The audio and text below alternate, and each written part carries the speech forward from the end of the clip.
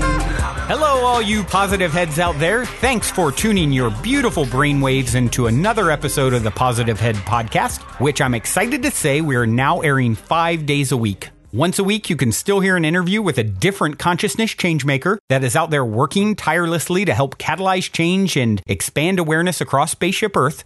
But now, also, in addition to the weekly interview, on the other 4 weekdays, you can tune in to myself and my co-host Dalian, giving interpretations of our favorite thought-provoking quotes, sharing a bit of inspiring or mysterious news, taking questions from the audience, and digging into any other mind-expansive topics we deem worthy of discussion. And if you enjoy the Positive Head Podcast, please be sure to follow us on iTunes by subscribing there, and also be sure to leave us a good review. In the podcast world, good reviews and subscribers on iTunes really are the holy grail. I mean, the more subscribers and good reviews you get, the more exposure you get. So if you love the show, or even just like it a little bit, please subscribe, give us a good review on iTunes. I assure you the support will be very much appreciated, and I'm confident the good karma gods will rain blessings down upon thee for doing so.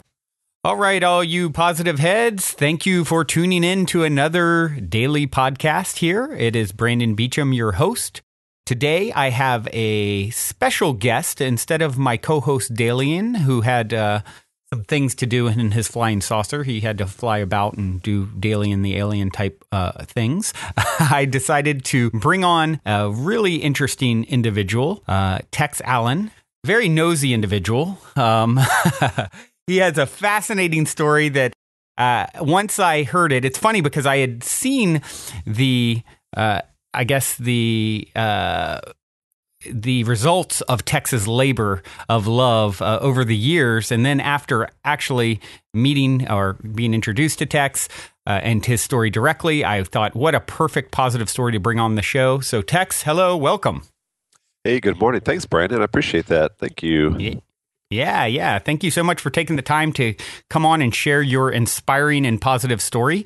And why don't you give us a quick breakdown of how, why the nose? Oh, thank you, Brandon. Here's the like the 2-minute elevator quantum physics cult pitch. Okay, here we go. Oh man, I didn't know it was going to be all that. Oh yeah, you're deep now. Okay, so just over 5 years ago, my partner Kat and I were getting ready to go to Burning Man and had been out shopping in suburban San Jose, just south of San Francisco.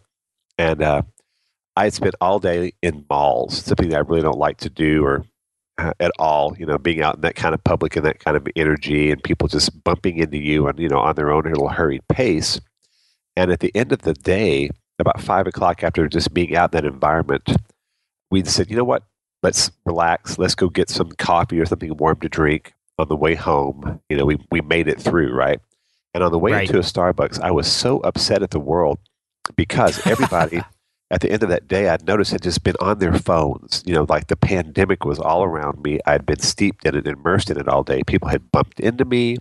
When I go up to a counter, let's say, to pay for something, it seems like the only relationship you have is transactional. Like I might go up and push a bunch of stuff across the counter, some socks, etc., underwear, things we're going to destroy at Burning Man. Right. People wouldn't know how to react when I'd say, "Hey, how you doing? Nice day, right? Here's my stuff." Like all they wanted to know was the amount of money, and then take the money and leave. Like, don't talk to me. Like it was a personal affront. Right. So on the way to the Starbucks, I put on a clown nose because we had some in the car, in the glove box from a wedding that had happened about a month and a half prior. Some friends got married. It was a fairy tale wedding scenario.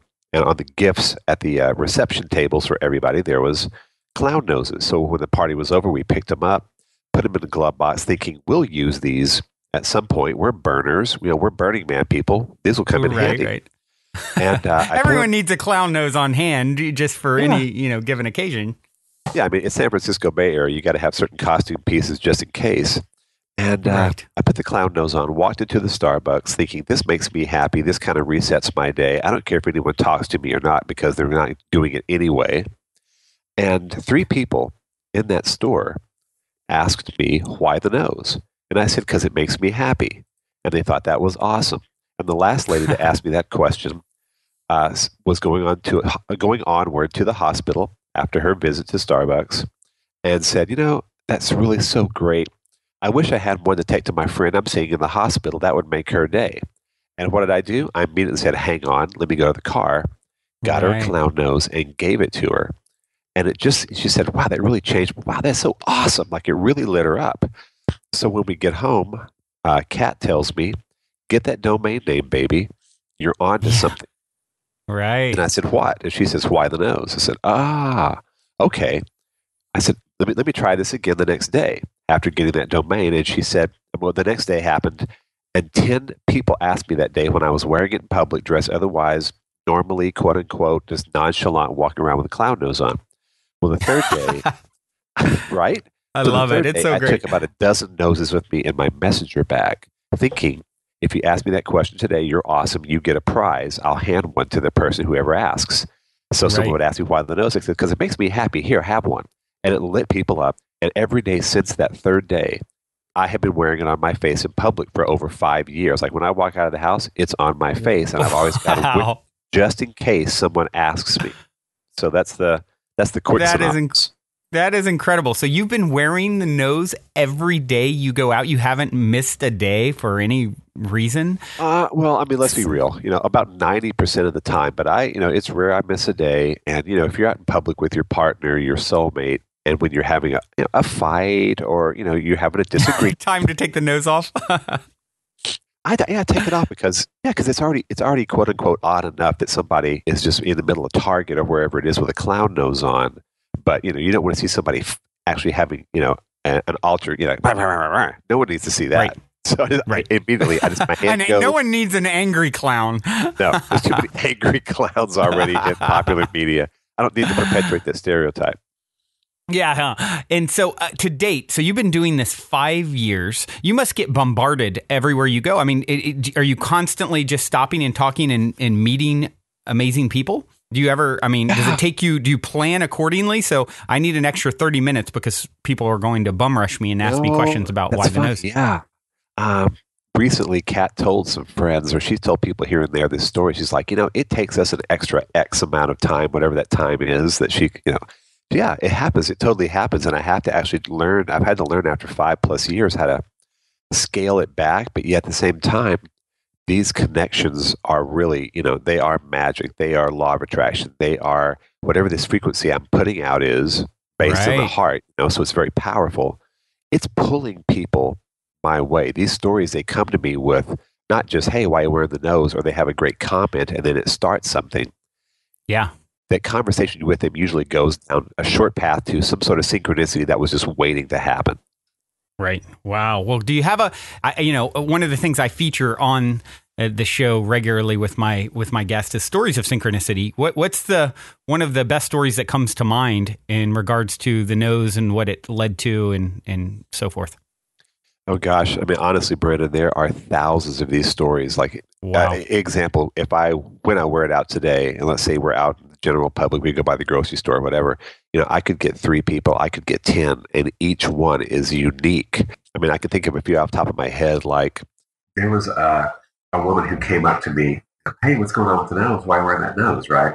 I tell the story. Okay, so she says, you may not believe me, but I have a tattoo on my leg that used to be a killer, like an evil clown. I said, really? She says, yeah, but after a while, I got tired of it. I was changing. I was getting into a spiritual practice. I realized that wasn't who who I'm supposed to be, what I'm supposed to represent. And I had it covered. And I said, really? Covered by what? And she showed me, and it was Ganesh. Well, Oh, Kat's symbol, Kat's part of her practice is Ganesh. Like that's her grounding point, as people have a practice. I was like, really? So you have a clown, and you have this killer clown now covered up by Ganesh, and people have these ridiculous stories. Like one woman said, "Oh, you may not know this, but my father was a clown in Ringling Brothers Circus. In fact, he was one of the first clowns that performed X, X, and X." And these little things just continue to pop up. Like I would say, 75% of the people who ask me about the nose have a story somewhere in their background or a connection to a positive memory about clowning or, like the whole milieu of giving people joy around this idea of doing something ridiculous. Like their parents have done something. They used to do something. One woman used to wear, like these bright colored sunglasses every day in different colors because people would look up and see her and they would comment on them. And, ever since she'd been doing that, like, it's just this really intense focused scope of experience that comes my way when I'm wearing it. And, it's literally story after story after story. Wow, that's incredible. And yeah, I think you're right. You're, as you mentioned earlier, you're in a certain frequency, a certain vibration that is joy, that is, carefree, that is, taking yourself lightly, taking life lightly. And as a result, you are attracting reflections of that vibration. So you're literally lightening other people's day and affecting everything around you with your vibration that you're drumming up in your immediate vicinity. And I would imagine even life experiences that you have probably shifted dramatically in these 5 years, would be my speculation, with having never asked you about it. I'm assuming a lot of carefree, light, joyous sort of things have come into your world. Oh, yeah. I mean, putting it on now sets the tone for the day. Like, sometimes I will make a bet with the people who follow me. Like, I'll make a video in the morning saying, hey, I'm going in the city. I'm going into San Francisco. I do a lot of street photography. That's my quote unquote living right now.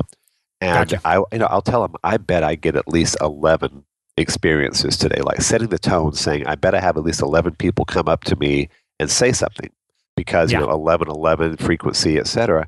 And, most of the time I meet that 11. Sometimes I've actually blown it out. But Wow. I've learned what's happening is, because I have a very specific frequency that I'm emitting, these noses are also imbued with the same intention and frequency when I gift one forward, or when any one of the thousands of people around the world who have spread this to 30 countries with 250,000 noses and counting. Wow. A quarter million noses have been spread through. Easily. Like 2 years ago, we did a Red Nose Day, just globally, and announced it on Facebook. And everybody who participated generally got a bag of like 50. Well, there was at least 600 people with a bag of 50 that one day in the world. And that was 3,000 plus noses, some of which were being handed out underneath the Eiffel Tower by the French burner contingent. Like, wow. And everyone is connected. We have created this quantum field, this network, this mesh, because if the intention and frequency is the same of each person who gifts one forward, then they are each energetically connected by, like, the Higgs boson theory, right? Right. So each one is an extension of the original. It's a fractal. And when I'm wearing it, or anybody's wearing it, they are actually commanding that power of this network through the singular circuit that is them while they're doing it. And, we're all over the world. So if someone's wearing it and they get a hit, quote unquote, the frequency lands and somebody comes their way, it's almost like all the energy pushes towards that node, and then bounces over to the US, and it bounces over to the Brazil, and bounces over to the next person. And it's just always like pinging like a network. That's what's happening. Yeah. Right. Wow, Tex, that's such an inspiring story. Someone who can relate so much to what you're doing, in the sense that the whole point, of this podcast is to spread the positivity. That is my intention, as it says on your site. And by the way, guys, you can get your own nose at whythenose.com, right? Absolutely. Just email me, and, depending on my finances at the time, and when I can afford it, I'll go and put it. I will send you a nose anywhere in the world. Just ask. I have sent sometimes like 20 in a week, and 5 of those might be going out of the country. One guy was in Singapore, and he said, I just got through building my house. I'd love to bless my house with 3 noses because from my wife and I and my daughter. And I'm like, you got it. Totally. And I sent those right out. Wow. Do you have a donation function on the site for people who want to help fund more noses? I really need to get good about that. My next goal is setting up some sort of account like that. I mean, people just generally email me and say, how can I help? And, sometimes those people have sent me, I literally got, after Burning Man 2 years ago, a box on my doorstep a few weeks after the burn with 1,000 noses in it. And I have received similar gifts. So, wow. Noses are always acceptable gifts. Just send me a nose and I'll pay it forward. I would love to pay it forward for anyone listening to this podcast, I strongly encourage you to go to whythenose.com and pay it forward. Send Tex, reach out to Tex, send him some noses, and maybe get some yourself, right? That's what it's all about. I think this is an absolutely fascinating story, and that's why I wanted to bring you on. Like I said, you're such an inspiration to me. I'm here, 6 months down the road of taking my own approach to spreading positivity in the world, and you have touched 250,000 people with what you're doing, and that is absolutely inspiring in every sense of the word. You are a true success by my definition, and so thank you for doing what you do, Tex. Oh, it's my pleasure. I was inspired by this amazing community of people that we're both in, and that has just taken it so far out. Like, it's literally changed my life. In 5 years of being forced to be present every time you leave the house, and be open and vulnerable. I mean, whatever your thing is, whatever your joy is, as long as you're putting that out, you have no choice but to be transformed by that, because one of the laws of thermodynamics is that the heat always burns out all the impurities in the system. I mean, it's a law. And when you're doing that, you will find yourself in a completely other space. So thank you so much. I love what I do, and I'm just inspired by the people around me. Yeah, and one of the things, Tex, that I would imagine you've done is, inspired other people to find their own version of the nose. Yeah, very true. It's because this I don't expect anybody to have this specific frequency when they like, oh yeah, I want you to go out and wear a clown nose every day. You're a member of my cult. No, I mean, if you want to do that, great, because you need to be a member of as many cults as possible, because one will fail you and you need a backup, right? But it's interesting how these circles come around and inspiring other people. One of the analogies I like to use when people ask me about this nose, and then we get a little deeper, and as I'm talking to somebody, it may come up, about, hey, follow your joy, right? And they may say, and this is the analogy I've used, well, Tex, I'd love to follow my joy, but I can't. And I say, really, why? Well, let's say, example, they might say, I make donuts. I love making donuts. Like, when I'm at home and I'm not working, I make donuts. Really? Right. That's your joy? Yeah, I love donuts. Well, when you make these donuts, what do you do with them? Oh, I just give them to people. I love giving people my donuts when I get to work. Everybody says it's the best donut in the world. Like, it really changes their day. Like, okay, why don't you do that? Well, I can't do it for a living because I work in the financial district and I make $150,000 a year, whatever it is. Right. And I say, well, what makes you the most joy? Making donuts. We'll do that. And it's the circular thing, right? I don't want to quit my job, but I want to follow my joy. Well, I was telling that story to somebody at Burning Man at my art display in Center Camp Cafe. Mm-hmm. And she said, that's really interesting. And she was with a guy, just two people. And she said, it's interesting because we just did the same thing. We started a donut shop and we quit our jobs in the financial district. We quit our jobs in finance because donuts were the most joyful thing ever for us. So we opened a shop. We only fill it with employees who were joyful in their heart. They were in a college town. It was the most famous donut shop in the town. And as she's telling me, my eyes were just getting wider and wider and wider. And she said, guess what it's decorated like inside? I said, I have no idea. It sounds awesome. She says, it turns out there was an amusement park that closed in our town that had been there for like 30 years. And when they had the auction, we went and we bought a lot of stuff to make the inside of our shop really fun and, like an amusement park. And she said, and guess what the name of the amusement park was? And I said, I have no idea. She said, Joyland. Oh, wow. Wow. And after that, I became friends with these people. And every year, for 3 years, they would do a Why the Nose Day at the donut shop and make donuts with like red balls in the middle of them, candy or like icing or whatever it was.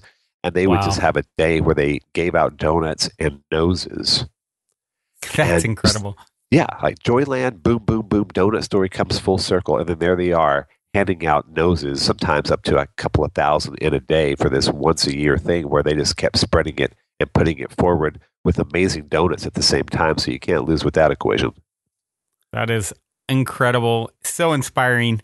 Thank you, Tex, for taking the time to share your story and, more importantly, to do what you're doing, because It is truly a success story in every sense of the word. So thank you. My pleasure. Thank you, Brent. I really appreciate what you're doing too. Tex Allen, everyone. Check out whythenose.com. All right, everyone. Now I'd like to move along to the positive pondering breakdown of the day. And I have here with me the amazing, the magnificent poet extraordinaire, positive head writer extraordinaire, and many, many other things that I don't have time to mention. I have Ponzi here with me. Hey, Ponzi, how are you? Hello, Captain Cosmic. Pleasure to be aboard. Ooh, Captain Cosmic. That's a new one. I've been called a lot of things, a lot of worse things. So, so what do you got for us today? I'm going to read something. Well, let's do it. Okay. Hit us with some wisdom from some great sage that you've chosen, and then give us your breakdown. Okay, so the great sage is Osho. One of my favorites. Yes, and it's a small but profoundly packed quote. Intelligence is intellect in tune with your heart. So nice. I'm also going to read a little poetic stanza, as I've been doing, about this, and it goes like this. My heart held these eyes, but my head kept me blind. Pumping blood from love-filled lungs to feed factory speed needs above. My environment fractured, my entire nation captured. And my one-sentence interpretation. The intellect is our rational mind, but the heart is where we truly exist. And so it is not simply the using of our intellect alone that makes someone intelligent, but the ability to align their intellect with their heart's true voice. Over the years, I've often wandered into vibrant discussions with others, or just by my lonesome, about the nature of intelligence. Maybe a friend mentions that someone is really smart, or an author is brilliant, or that his or her professor is kind of a genius. I've also heard countless times things like, I'm just not smart enough, they're too smart for me, I'm not smart like they are, and some stuff like that. But what are we really talking about when we say words like intelligent and smart? So let's talk about that. School and education is a big one. We often associate being smart and going to a quote-unquote good school and earning high marks, right, with being smart. Sure, this can be a sign of being smart in some ways, but it can also mean that you studied really hard, have a natural aptitude for particular subjects, or perhaps a combination of those. Yet history's genius is fraught with people like Albert Einstein and Abraham Lincoln who were either terrible at school or didn't go at all. Many of our most successful entrepreneurs and innovators are school dropouts. School, like many things, is merely a human-constructed system of organized learning, and it doesn't often fit the personalities and skill sets of those who attend. What if someone is not that great at school because they don't feel challenged or interested? Perhaps they smell something rotten in the system, but they're an exceptional mechanic or artist that end up building one of the most fuel-efficient cars or painting the next great work of art. Would you go to those people and say, because you did poorly in school, you aren't smart? Not likely. And I know several people whom society almost universally deems brilliant. They are scientists, economists, and business people. They went to the best schools and are doing very well professionally. They also happen to be some of the most unhappy and intellectually entrapped people I've ever known. While you would say they are smart and successful, culturally speaking, if you examine their personal environments of love, self-esteem, mental and physical health, you might not so easily throw praise on them. They simply have not spent the time cultivating their emotional intelligence, their heart smarts. Yet so few of us in society value that breed of intelligence. But this should, and I think is changing. Why does this discussion even matter? Because like my post last week, we are constantly judging a fish for its ability to climb a tree and are not allowing individuals to be celebrated in their own unique ways. I know incredibly talented people who knew early on that traditional pathways like college and a typical job ladder weren't for them. And while they are such inspiring and curious souls who have developed unique skill sets on their own, they feel inadequate because so much of society is judging their intelligence based off a traditional and outdated ruler. Osho continues his thoughts on this, saying, in the hands of the heart, the intellect becomes intelligent. It is a transformation, a total transformation of energy. Then the person does not become an intellectual. He simply becomes wise. Wisdom is the sturdy, holistic earth that gives each part of us strength and stability. Intelligence can be a shaky ground. Focusing on listening to our heart's voice and vibration through meditation, intimate and vulnerable discussion with oneself and others, doing our best to block out the static noise of society from drowning out our internal desires. In this way, and other ways, we may begin to hear our heart and can balance it with our head to find true wisdom and self-satisfaction. That's it. Spectacular. Thank you, sir. That's Thank you. Really insightful breakdown, and it's one that I resonate with very strongly, dealing a lot with big intellects in business and things like that who have not figured out the importance of balancing that with the heart.